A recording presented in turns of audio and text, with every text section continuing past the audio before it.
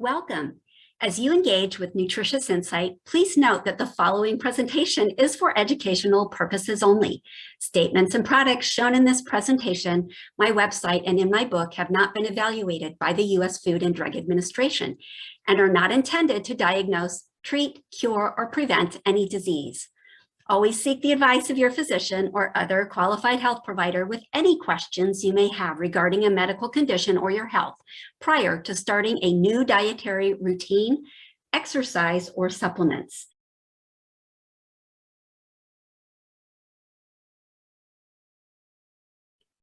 The menstrual cycle actually begins in your brain, even though its signals and actions are going to show up in your ovaries and uterus. It begins in a structure of the brain known as the hypothalamus, shown as number 1 on the slide, which sends signals to the pituitary gland, this little tiny gland, not much bigger than a grain of rice.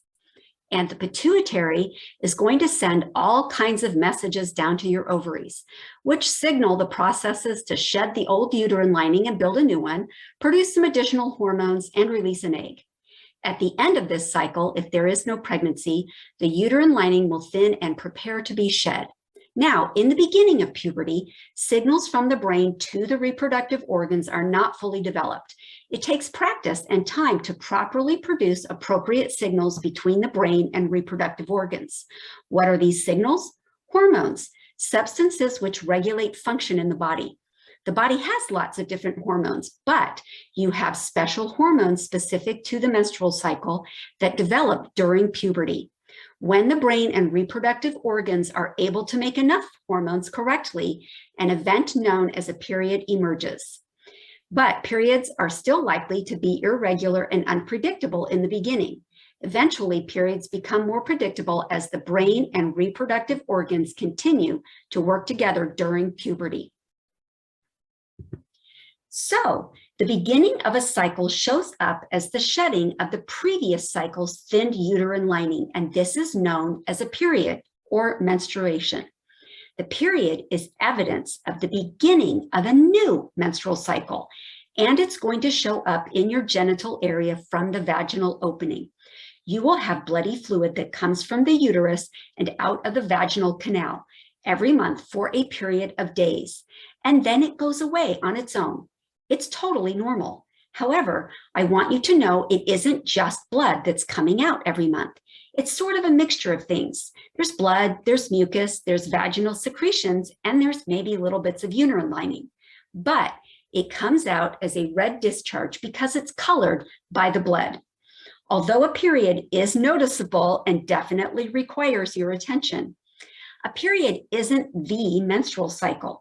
It's one part of the menstrual cycle leading up to the main event, ovulation.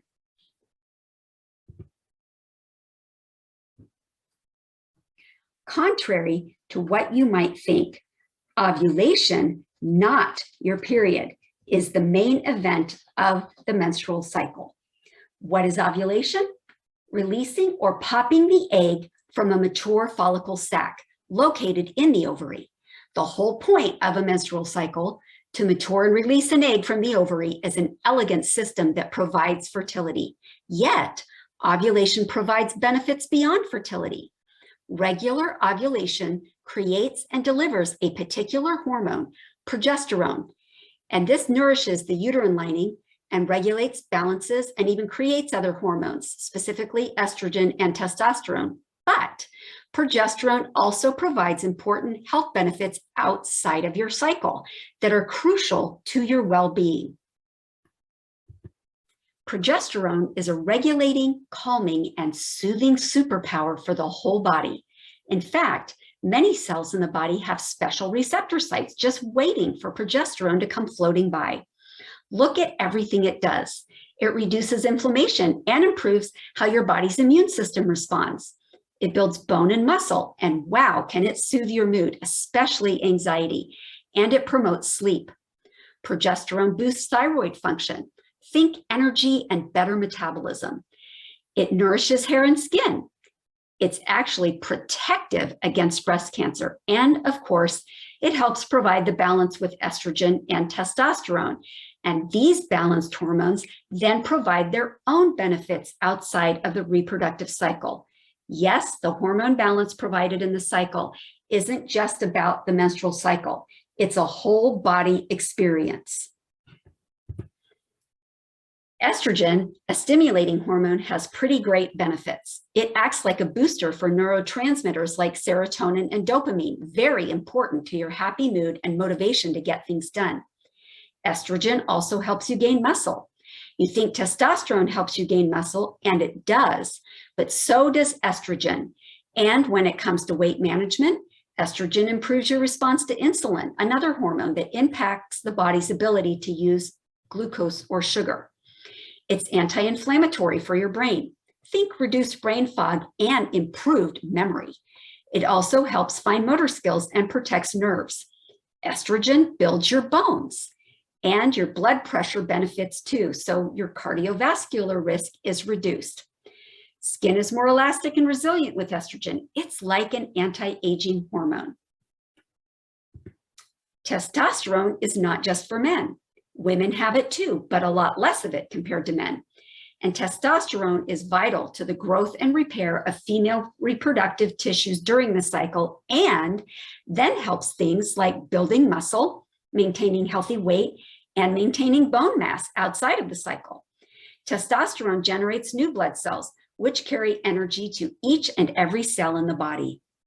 Importantly, women suffer less depression and fatigue when they have healthy levels of testosterone.